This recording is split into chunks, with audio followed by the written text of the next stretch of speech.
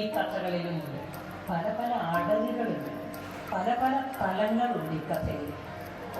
ഈ കഥകളുടെ ജീവിത ഗന്ധിയായ യാഥാർത്ഥ്യത്തോട് ചേർന്ന് നിൽക്കുന്ന ഒരവസ്ഥ അത് വളരെ മനോഹരമാണ്. ദൂരം ആളിൽ നിന്ന് കേട്ടിട്ടല്ല, തൊട്ടടുത്ത് നിന്ന് കണ്ടിട്ടാണ് കഥകൾ എഴുതേണ്ടത്. മണ്ണിലേക്ക് മഴവെള്ളം ആഴ്ന്നിറങ്ങുന്നത് പോലെ ഹൃദയത്തിലേക്ക് ചില ആഴ്ന്നിറങ്ങണം. കഥാകാരന്റെ ഹൃദയത്തിലേക്ക് അനുഭവങ്ങൾ ആഴ്ന്നിറങ്ങിയാൽ അത് കഥകളായി പുറത്തു വരുമ്പോൾ അത് വായനക്കാരന്റെ ഹൃദയത്തിലേക്കും ആഴ്ന്നിറങ്ങും. ഒരുപക്ഷെ അതിനേക്കാൾ ആഴത്തിൽ, അതിനേക്കാൾ തീവ്രതയിൽ, അതിനേക്കാൾ ഹൃദ്യമായി, അതിനേക്കാൾ മനോഹരമായി. ഈ കഥകൾ അങ്ങനെയാണ്, തൊട്ടടുത്ത് നിന്ന് കാണുന്ന ജീവിതങ്ങൾ. ഇതിൽ ഞായറാഴ്ചത്തെ ചിക്കൻ കറിയും ബുധനാഴ്ചത്തെ പയറ് കറിയും പേര് നീണ്ടതാണ്. ഒരു ഹോസ്റ്റൽ വിദ്യാർത്ഥിനി ആത്മഹത്യ ചെയ്യാൻ തീരുമാനിക്കുന്നു.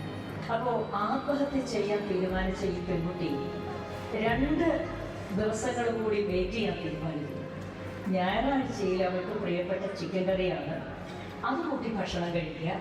പിന്നെ 2 ദിവസം കൂടി കാത്തിരുന്നിട്ട് ബുധനാഴ്ച പയറുകറി കൂട്ടി ഭക്ഷണം കഴിക്കുക.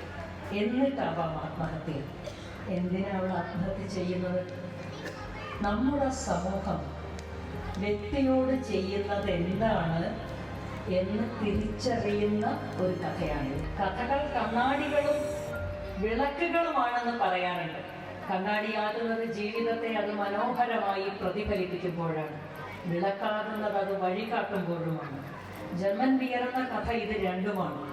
ഒരേ സമയം അത് വിളക്കാകുന്നു, ഒരേ സമയം അത് നമ്മുടെ ജീവിത യാഥാർത്ഥ്യങ്ങളെ പ്രതിഫലിപ്പിക്കുന്നു. ചട്ട്യാക്കാന്റെ ഇറച്ചിയും പൊറോട്ടയും എന്ന കഥ കേവലം രുചി വൈശിഷ്ട്യത്തെക്കുറിച്ച് മാത്രമുള്ളൊരു കഥയല്ല. ഈ കഥ ഒരു കുട്ടിക്ക് അവൻ്റെ പിതാവിനെ നഷ്ടപ്പെട്ട തീക്ഷ്ണമായ വേദനയുടെ ഓർമ്മ കൂടിയാണ്. നമുക്കറിയാം, ബാല്യം എന്നത് മനുഷ്യ ജീവിതത്തിലെ രൂപീകരണം സംഭവിക്കുന്ന കാലമാണ്. The formative years of life. നാം എങ്ങനെയുള്ള മുതിർന്ന ആളായി തീരുമെന്ന് തീരുമാനിക്കപ്പെടുന്നത് നമ്മുടെ ഭ്രൂണാവസ്ഥയിലും അതിനുശേഷം ശിശുവായിരിക്കുമ്പോഴും ബാല്യത്തിലും. അങ്ങനെ ബാല്യത്തിൽ ആ കുട്ടിക്ക് ചട്ട്യാക്കാന്റെ കടയിൽ നിന്ന് ഇറച്ചിയും പൊറോട്ടയും വാങ്ങിക്കൊണ്ടു വരാം എന്ന് പറഞ്ഞ് പുറത്തു പോയ ഉപ്പ വൈകുന്നേരം വരുന്നില്ല. കുട്ടി കാത്തിരുന്നു, ഉപ്പ വന്നിട്ട് ഇത് കഴിച്ചിട്ട് കിടക്കാമല്ലോ എന്ന് വെച്ച്. വളരെ രുചിയുള്ള വിഭവമാണ്. പക്ഷെ ഉപ്പ വന്നില്ല, പിറ്റേന്ന് വന്നില്ല. അപ്പോൾ ഉപ്പ വരാത്തപ്പോൾ ഇറച്ചിയും പൊറോട്ട ഇല്ലാത്തതുകൊണ്ട് ഉമ്മ കഞ്ഞി കൊടുത്തു. കഞ്ഞി കുടിച്ചു കിടന്നുറങ്ങി. പിറ്റേന്ന് സ്കൂളിൽ ഇന്റർവെല്ലിന്റെ സമയത്താണ് കുട്ടിയെ കൂട്ടിക്കൊണ്ട് പോകാൻ അസീമാമ വരുന്നത്, കുട്ടിയുടെ അമ്മാവൻ വരുന്നത്.